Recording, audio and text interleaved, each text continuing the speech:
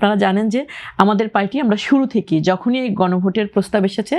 ঐকমত্য কমিশনের সভা থেকে শুরু করে সর্বত্র এবং নির্বাচনে আমরা বলেছি যে এই গণভোটকে আমরা অপ্রয়োজনীয় মনে করছি, একদম পরিষ্কার করে যে গণভোট হচ্ছে এটাকে আমরা অপ্রয়োজনীয় মনে করছি।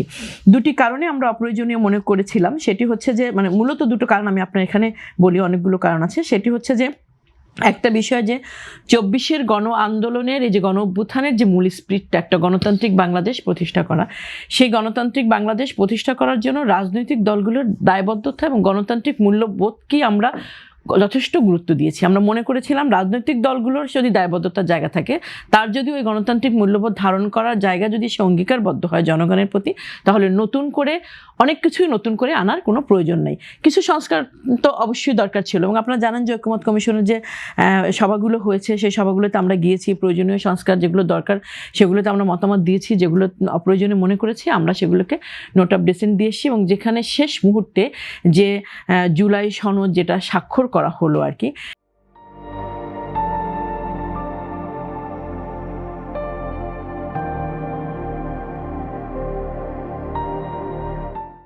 সেটার বিষয়ে একটা গণভোট জনগণের কাছে চাওয়া হলো, এবং সেটা খুবই অপ্রয়োজনীয় ছিল এই অর্থে যে ওই গণভোট যে যে ইস্যুতে চাওয়া হচ্ছিল, প্রথমত হচ্ছে সেই ইস্যুগুলো এতটাই দুর্বোধ্য, এতটাই জনগণের সাথে মানে দূরত্বের এবং প্রতিদিনের পরিবর্তনের বিষয় ছিল যে একটা পরিবর্তনের মধ্য দিয়ে বা একটা সনদ বা একটা মানে দলিলের মধ্য দিয়ে জনগণের মতামত নিয়ে এটা করাটা আমরা মনে করেছিলাম এটা অপ্রয়োজনীয়। এই পরিবর্তন আসলে মূলত কোনো পরিবর্তন আনবে না, এবং সেই জায়গাটাই কিন্তু এখন এখানে এসে পরিষ্কার হলো, যেটা হলো এটা একটা বিষয়। দ্বিতীয়ত আরেকটা বিষয় হচ্ছে যে কথাটা আমরা খুব সুস্পষ্টভাবে বলেছিলাম বিএনপির সাথে, সেটা এই মুহূর্তে আমাদের মিলে যাচ্ছে। আমরা মনে করেছিলাম জনগণ যাদেরকে ম্যান্ডেট দিবে এবং সংসদে আলোচনার মধ্য দিয়ে, সংসদে জনগণের যারা প্রতিনিধিত্ব করবে তাদের আলোচনার মধ্য দিয়ে গণতান্ত্রিকভাবে আগামী বাংলাদেশের জন্য যা যা সংস্কার প্রয়োজন সেটা করা উচিত, এবং সেটা অবশ্যই সেই পরিবর্তন, সেই সংস্কারের মূল ভিত্তিটা হবে মুক্তিযুদ্ধের বাংলাদেশকে সামনের দিকে অগ্রসর করে নিয়ে যাওয়ার, মানে মূল চেতনার জায়গাটা এই জায়গাটা। সেইখানে এখন কোন জায়গায় আপনি মুক্তিযুদ্ধের মূল চেতনার সাথে আর কি আপনি বিরোধ দেখছেন এই গণভোট এবং এটা মানে সেটা জুলাই মুক্তিযুদ্ধের মূল চেতনার সাথে বিরোধের যে জায়গাটা, প্রথমত বিরোধের জায়গা পরিষ্কার করার আগে আমি যে কথাটা বলতে চাই সেটি হচ্ছে যে কখনো কখনো এই জুলাই সনদের পক্ষের যারা কথা বলছে পরিষ্কার করে, তারা মানে স্পষ্ট অবস্থান নিচ্ছে, তাদের কখনো কখনো বক্তব্যের মধ্যে দিয়ে এই জিনিসটা খুব পরিষ্কার হয়ে গিয়েছে যে তারা আমাদের যে চেতনার উপরে, যে অঙ্গীকারের উপরে ভিত্তি করে আমাদের মুক্তিযুদ্ধ অনুষ্ঠিত হয়েছিল, আমরা এই 30 লক্ষ মানুষ প্রাণ দিয়েছিল, সেইখানের কিছু জিনিসকে তারা এই মুহূর্তে এসে এই 24-এ যে পরিস্থিতি তৈরি হয়েছে ফ্যাসিস্ট সরকারের কারণে, বাংলাদেশে যে একটা অগণতান্ত্রিক পরিবেশ তৈরি হয়েছে, বাংলাদেশে যে একটা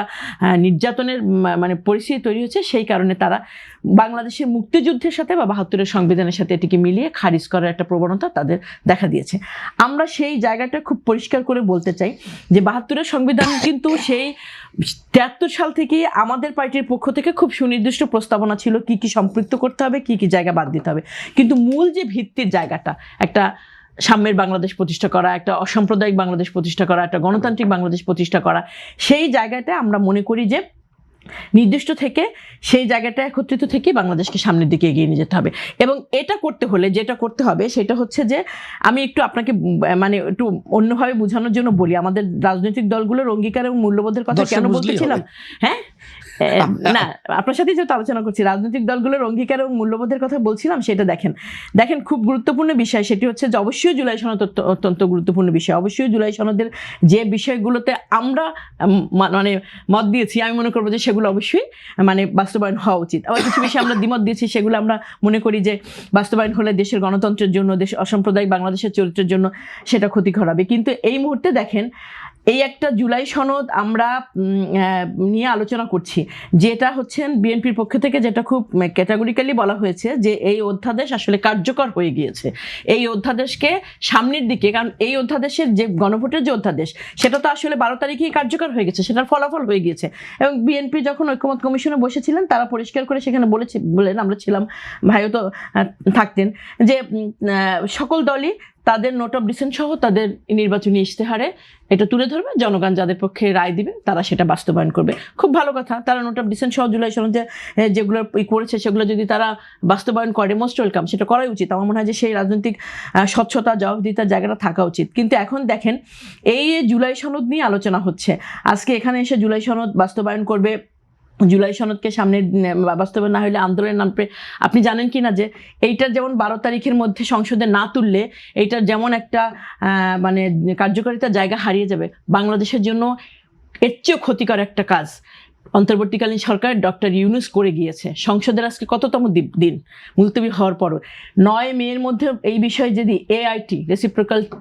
ট্রেড অ্যাক্ট যেটা করেছে, চুক্তি যেটা করেছে, 9 মের মধ্যে যদি বাংলাদেশ সরকার এটা বিষয়ে সিদ্ধান্ত না নেয়, আমার জুলাই সনদ বাস্তবায়ন করে কি করবো? আমার সার্বভৌমত্ব সেখানেই বিনষ্ট হয়ে যাবে। আমার তো নিজের সিদ্ধান্ত নেওয়ার ক্ষমতাই থাকবে না নিজের দেশের জন্য। এত যে আমরা বলছি যে আগের সরকার, বিগত সরকার, অন্য সরকারগুলো বা ফ্যাসিস্ট সরকার মানে পরনির্ভরশীল একটা পররাষ্ট্রনীতি করেছে, ওই দেশের সাথে চুক্তি করেছে, এটা করেছে সেটা করেছে, এই র্যাট যদি আমি মানে বাতিল না করি, 6 মাস সময় আছে 9 তারিখ পর্যন্ত, আমার তো জুলাই সনদের কার্যকারিতাই শেষ হয়ে যাবে। তো আলটিমেটলি আমার কাছে যেটা মনে হয় যে এই যে আলোচনাগুলো হয়, এই যে বিবাদগুলো হয়, এই যে বিরোধগুলো হয়, সংসদীয় গণতন্ত্র তো এগুলো হবেই, কিন্তু এর মূল এসেন্সের জায়গায় একই।